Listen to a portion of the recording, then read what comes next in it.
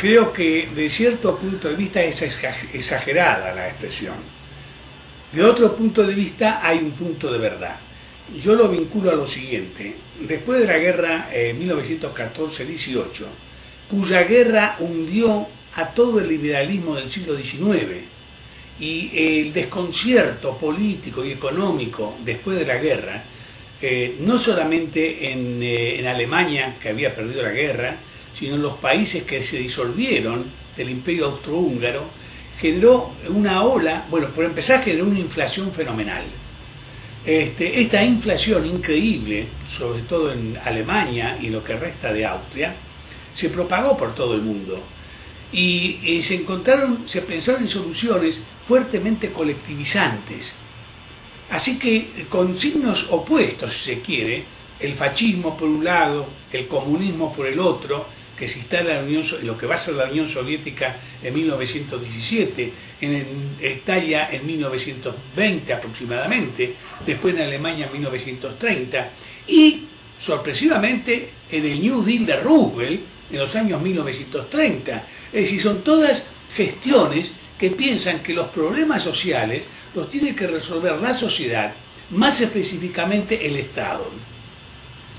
La incorrección de este pensamiento se pone en evidencia al fin de la Primera Guerra Mundial, cuando se ve la catástrofe producida por los países totalitarios, como el caso de Alemania, y si se quiere, se observa también en la década de 1980 con la implosión de la Unión Soviética.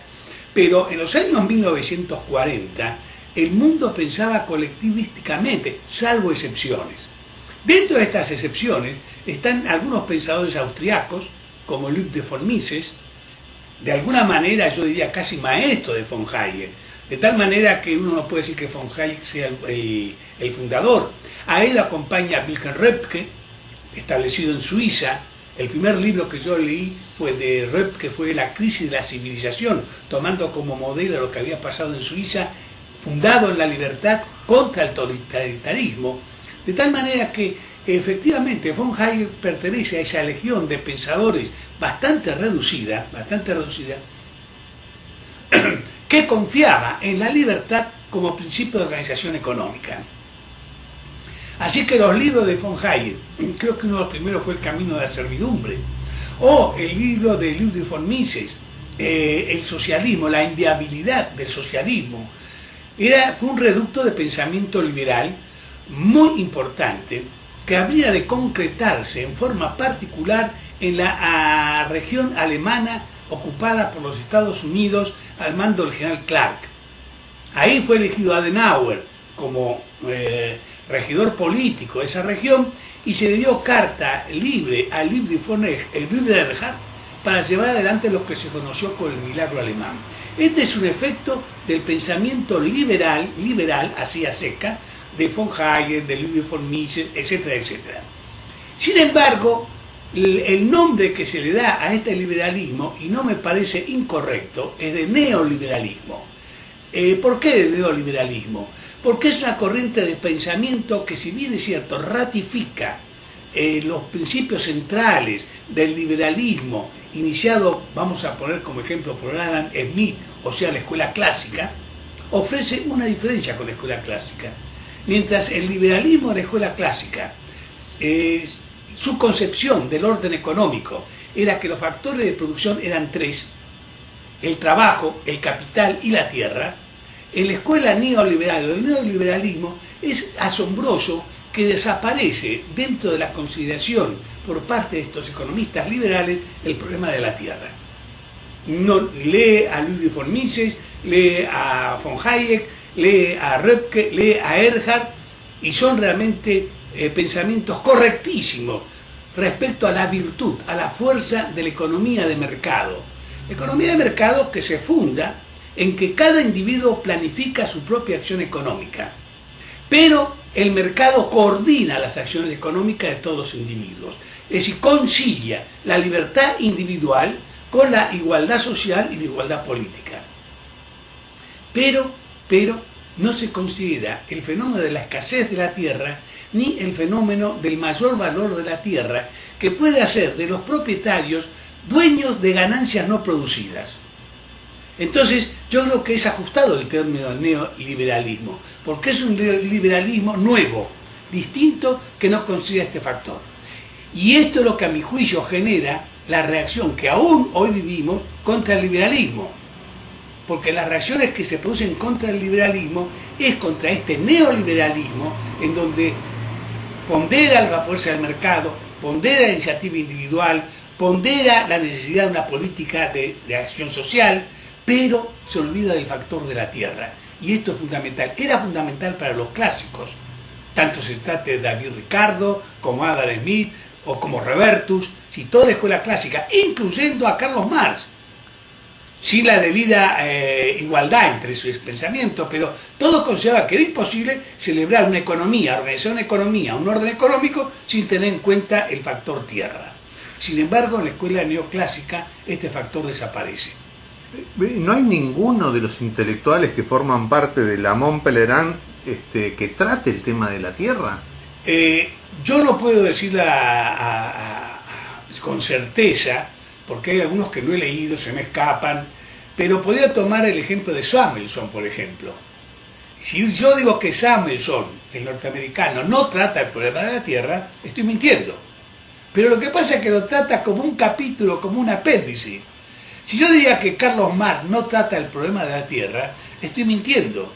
Pero que lamentablemente fue el último capítulo que escribió Engels a cuenta de Carlos Marx en el tercer tomo. Es decir, no es un elemento fundamental. Entonces puede ser que en el grupo de Mont Pelerin haya alguno que haya escrito respecto de la tierra. No lo tengo fresco en la memoria en este momento, pero creo que von Hayek habla sobre este tema, pero de rondín. Es decir, como una cosa que efectivamente ninguna persona va a pensar que se puede producir sin tierra. Pero este es un capítulo agrario, o en todo caso urbano, no lo toman como factor de orden económico. Obviamente que hay autores alemanes, ¿no es cierto?, ya bastante con antelación de esta misma escuela que lo han tratado. Pero si usted le presta atención, no lo tratan en la forma que, por ejemplo, lo trató el americano Henry George, que lo pone como punto central, como diciendo no hay ninguna posibilidad de vida, y menos económica, sin una consideración de un trato con la tierra. En el artículo me llamó la atención que muchas fundaciones y gente que aportaba a la Mont Pelerin y a estos think tanks eran los mismos que habían captado en las universidades norteamericanas los consejos académicos y que habían eliminado este tema. O sea, ¿puede haber un vínculo entre estas dos formas de ocultamiento de este tema? Yo creo que el asunto merece su investigación. Hay quienes la han hecho, es decir, que en este caso yo estoy hablando por quienes han trabajado en este tema. Me estoy refiriendo, por ejemplo, específicamente al economista norteamericano Mason Gaffney y al británico Fred Harrison.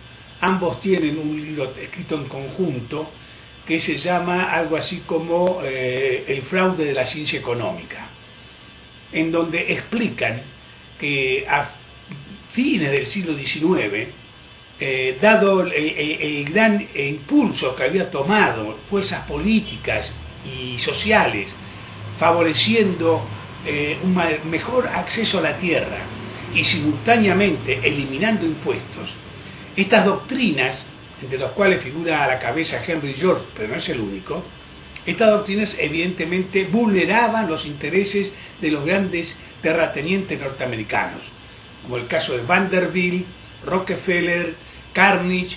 Son grandes terratenientes, sobre todo con la industria ferroviaria, se otorgaron enormes lonjas de tierra que luego colonizarían, pero en beneficio propio.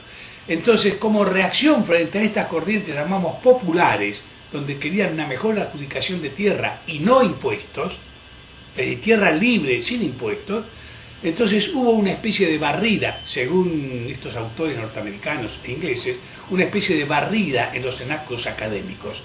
Todos, bueno, pensemos como ha ocurrido en otras épocas, que hay una segregación de cierto tipo de pensamiento. Aquí uno debe pensar que ha habido una segregación adrede de este tipo de pensamiento. Y como luego viene el establishment, los alumnos vienen y estudian lo que se les enseña. Y si nosotros conocemos siglos de la humanidad en donde se ha enseñado a los alumnos que la Tierra era plana y nadie se la ha cuestionado.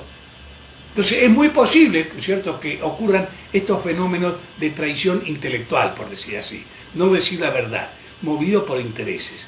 Lo que yo quiero aclarar es que yo no lo he investigado, pero viendo los fenómenos externos, viene a mi memoria, por ejemplo, que ha habido gente en la República Argentina, como el presidente Roque Sáenz Peña, como el mismo Domingo Faustino Sarmiento, que habiendo visitado Estados Unidos, él quedó muy impresionado por la ley del Homestead, la ley del hogar, que cada uno tenía derecho a tener 500 acres para producir, lo que lo llevó a tratar de reproducirlo en Chivilcoy. Toda esta gente ha significado, en la Argentina me refiero, algo así como un gran impulso por volver a los principios de Mayo en materia de acceso a la tierra. Sin embargo, yo no le puedo mentir, esto no se enseña en la facultad, no se enseña en la escuela primaria, no se enseña en la escuela secundaria. Nosotros conocemos a Belgrano porque hizo la bandera, Sarmiento porque trajo los maestros, pero Sarmiento agrario, nosotros no tenemos ninguna información. De Belgrano economista no tenemos ninguna información, ni en la escuela primaria, ni en la secundaria, ni en la universidad. ¿Es una traición adrede? No lo podría decir, pero la falla es patente. Perfecto, así que podríamos decir entonces que las circunstancias que le tocaron vivir a Hayek de luchar contra los totalitarismos hizo que él no preste atención a estas cuestiones que aparentemente son fundantes. Estoy seguro. Les podría agregar un poco más.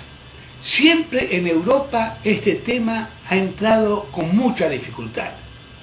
Porque pensemos que es muy distinto establecer un país democrático, liberal, representativo, republicano, en una sociedad que lleva milenios de dominio clasista, terrateniente, u oligárquico o feudal. Es decir, yo digo, las generaciones europeas que nacieron en los 1850, por dar un ejemplo, 1850, no tenían ni idea, como gente viviente, lo que significaba la tierra libre, como tenía, sin embargo, conciencia un colono norteamericano. Porque su fundamento era viajar a Norteamérica para tener un pedazo de tierra para producir para sí mismo. Entonces no hacía falta universidades para que este pensamiento se difundiera. Lo mismo en el caso de Europa, este es un pensamiento difícil de que lo compenetre la gente común. Que está muy vinculado, por otra parte, a los impuestos. Es decir, es como digamos, el ciudadano europeo, me refiero contando milenios, está acostumbrado a que la contribución que tiene que pagar para mantener la sociedad venga del impuesto. Del trabajo. Del impuesto. O sea, algo puesto por el poder político. No de la renta. No de otra parte que tendría que ser natural. Claro. A ver, quiero dar un ejemplo. Supongamos en la ley 13.512 en nuestro país hay una ley de propiedad horizontal. Uno no sabe cuánto entra en un edificio, cuántas expensas debe pagar. A veces está contento porque son pocas expensas, a veces está afligido porque las expensas son muy altas. Pero la idea que tiene es que las expensas se pagan en función de la cantidad de metros cuadrados que se ocupan y por los servicios que se prestan. No es la resolución de un juez que dice ustedes deben pagar este impuesto llamado expensa. La expensa es la contribución que cada socio hace en el edificio de propiedad horizontal. El mismo principio llevado a sociedad, es decir, el que ocupa un pedazo de tierra debe pagar el alquiler de esa tierra. Y este es el fondo del recurso público. Es la ley de infringencia de la Revolución de Mayo. El pensamiento europeo nunca entendió esto. El hombre común le parece que la imposición del César es lo correcto. Por eso todas las secretarías de ingresos públicos de las provincias, inclusive de la ciudad de Buenos Aires, se llamaban rentas. La idea era que el gasto público se subsane con las rentas y no con los impuestos. Bueno, imagínense qué cambio formidable ha pasado. En realidad aquí por la renta de la tierra nadie cobra prácticamente nada. No llega al 1% del total recaudado. Ahora, la sociedad necesita de servicios públicos, o bienes públicos, digamos, de los cuales se hace cargo el Estado, como la educación, la seguridad, las Fuerzas Armadas, etcétera, etcétera.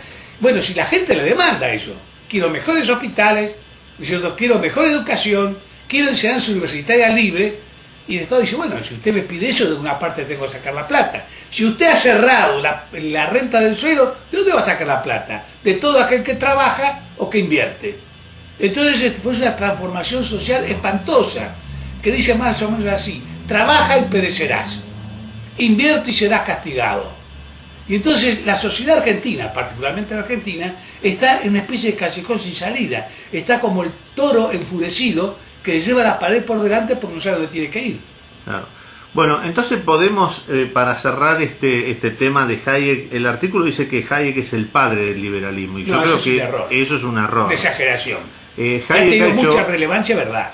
Claro, ha hecho mucho por el liberalismo, pero al no tratar este tema, o sea, Hayek y Lamont Peregrine se centraron en luchar contra el comunismo fundamentalmente. Correcto, pero por lo tanto contra la tierra. Si abandonamos por un momento la palabra liberalismo y neoliberalismo, diríamos Hayek, todo el grupo de Hayek, ¿no?, más o menos amplio, rescató la importancia del mercado libre para hacer funcionar la economía. Ahora, no puede haber mercado libre donde reinen los monopolios.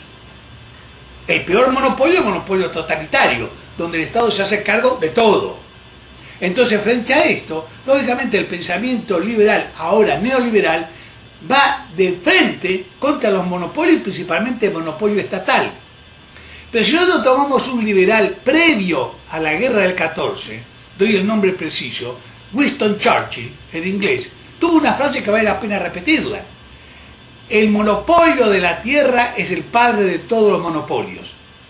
Y sin embargo, lamentablemente, Hayek no considera el monopolio de la tierra. Considera la compra-venta de tierra como una cosa fabricada por el hombre. Es lamentablemente un tremendo error, pero que no invalida el pensamiento de Hayek sobre las virtudes de la economía de mercado. Perfecto.